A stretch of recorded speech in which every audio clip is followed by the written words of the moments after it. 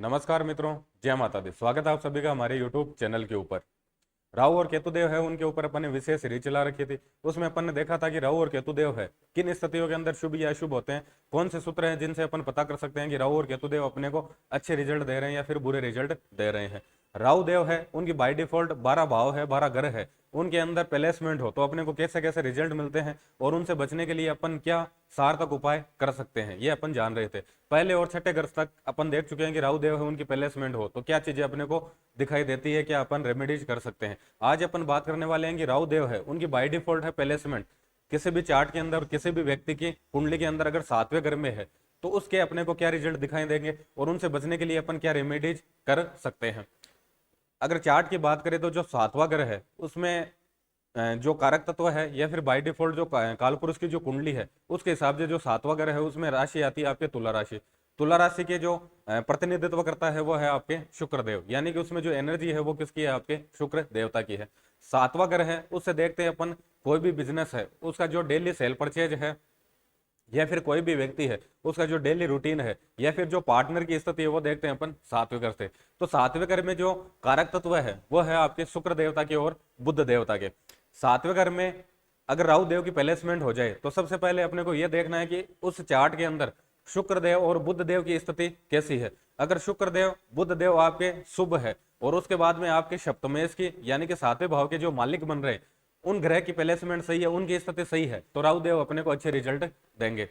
राहु देव अगर 7वें घर के अंदर किसी भी व्यक्ति को अच्छे रिजल्ट दे तो व्यक्ति में क्या क्या क्वालिटीज होगी। 7वां घर है, किसी भी बिजनेस का जो डेली सेल परचेज है वो देखते हैं अपन 7वें घर से। तो 7वें घर में अगर राहु देव अच्छे रिजल्ट दे रहे हैं तो व्यक्ति है बिजनेस के अंदर बहुत अच्छा करेगा। व्यक्ति है अगर किसी भी तरह की कमीशनिंग का काम कर रहा है, व्यक्ति टूर ट्रेवलिंग का काम कर रहा है या फिर व्यक्ति किसी भी तरह के डॉक्यूमेंट से रिलेटेड काम कर रहा है, व्यक्ति इंटरनेट से रिलेटेड काम कर रहा है या फिर व्यक्ति जो भी बिजनेस कर रहा है उसमें सेल परचेज है, कहीं ना कहीं इंटरनेट से जुड़कर काम कर रहा है या फिर किसी व्यक्ति है किसी भी संगठन से जुड़कर काम कर रहा है या फिर सोशल अपने ऑर्गेनाइजेशन बोल सकते हैं या फिर सामाजिक जितने भी संगठन वगैरह है उनके अंदर व्यक्ति है किसी भी तरह का किसी भी तरह से जुड़कर काम कर रहा है तो इन सभी के अंदर व्यक्ति है अच्छा करेगा। व्यक्ति है उसमें कम्युनिकेशन स्किल्स बहुत अच्छी होगी। व्यक्ति है चाहे किसी भी तरह की कम्युनिकेट कर रहा हो लोगों से या फिर कितने भी लोगों को गाइड कर रहा है उसमें वो सारी स्किल अच्छी होगी। व्यक्ति है चाहे 10 लोगों के सामने बोल रहा हो या फिर 100 लोगों के सामने बोल रहा हो, व्यक्ति के शब्दों का चयन है वो बहुत अच्छा होगा। व्यक्ति सामने जितने भी लोग हैं उन सभी को अपने शब्दों के द्वारा, अपनी भाषा शैली के द्वारा सभी को लुभा लेगा। इसका मतलब यही है कि व्यक्ति है उसमें बिजनेस स्किल्स बहुत अच्छी होगी।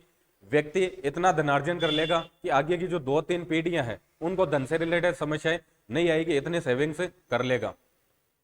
अगर यहीं पे राहु देव है, अगर आपको नेगेटिव रिजल्ट देना स्टार्ट कर दे तो 7वां घर है उससे देखते हैं अपन पार्टनर। तो व्यक्ति है या तो खुद के चारित्रिक दोष होगा या फिर खुद के पार्टनर है उसके चारित्रिक दोष होगा तो उसके कारण जो आपकी मैरिटल लाइफ है उसके अंदर इश्यू आ जाएगा या फिर आपकी शादी है उस होने के अंदर दिक्कत आ जाएगी। मतलब विवाह से जो आपका वैवाहिक जीवन है उसमें किसी न किसी तरह की दिक्कत है बनी रहेगी। अब राहु है, उनकी जो विशेषता है राहु को कभी भी सेटिस्फिकेशन नहीं मिलता है। अब 7वां घर है पार्टनर का तो व्यक्ति है उसको खुद के पार्टनर से किसी भी तरह का सेटिस्फेक्शन नहीं मिलेगा, कुछ ना कुछ उसको कमी है अपने पार्टनर के अंदर दिखती रहेगी।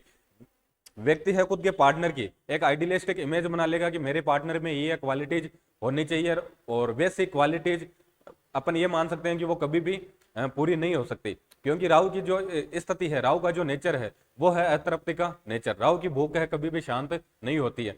तो राहु देव अगर शुभ होंगे तो पार्टनर के साथ में संबंध है वो अच्छे नहीं रहेगी।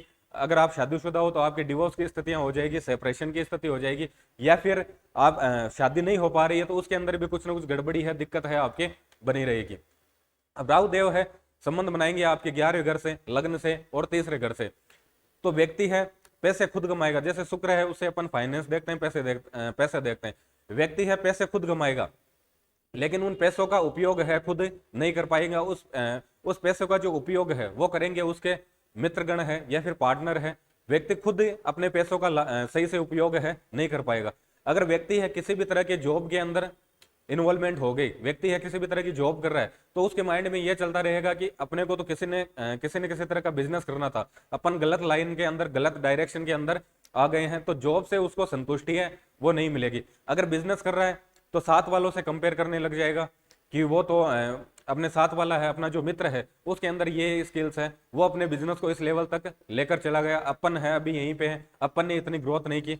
तो इन चीजों से लेकर उसके मेंटली है कुछ ना कुछ दिक्कत बनी रहेगी। व्यक्ति है अपन ये बोल सकते हैं कि उसकी जो डेली रूटीन लाइफ है वो भी पूरी डिस्टर्ब रहेगी।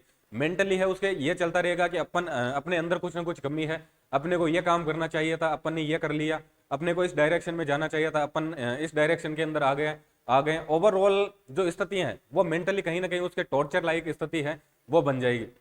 अब सातवां घर है उसको अपन एक मार्केस की स्थिति में भी देखते हैं। अब राहु देव और केतु देव, उनका मानना यह जाता है कि जिस भाव के अंदर बैठ गए उसी भाव का क्या कर देते हैं वो प्रतिनिधित्व है या फिर उसी घर के मालिक बन जाते हैं।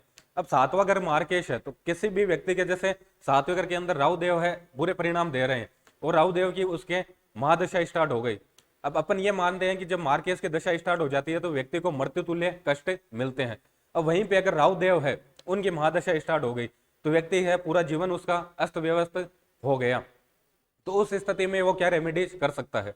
देखो, मार्केस या मृत्यु की बात आती है तो अपन सीधा शिव को याद करते हैं। अगर ऐसी स्थिति आपके साथ में है या फिर आपके किसी भी फैमिली मेंबर या जिनके भी राहु सातवें घर में उनके साथ में ऐसी स्थिति बन रही है, तो उनके पास एक ही समाधान है कि उनको ज्यादा से ज्यादा महामृत्युंजय मंत्र है उनका जाप करना चाहिए। और राहु देव है बाय डिफॉल्ट उनके सातवें घर में प्लेसमेंट हो गई है, तो कहीं ना कहीं वो मार्केश बन रहे।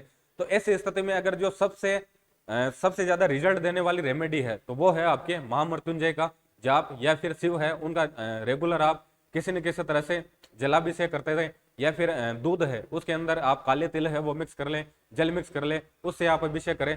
ओवरऑल जो आपको रिजल्ट मिलेगा वो मिलेगा। आप किसी न किसी तरह शिव की आराधना करें, शिव का पंचाक्षर स्तोत्र है उसका जाप करें, या फिर महामृत्युंजय मंत्र है उसका आप अनुष्ठान करें, या फिर उसका ज्यादा से ज्यादा जाप कर कर आप राहु है उसकी नेगेटिव एनर्जी है उसको कहीं ना कहीं शांत कर सकते हैं और राहु के आप पॉजिटिव रिजल्ट ले सकते हैं। धन्यवाद।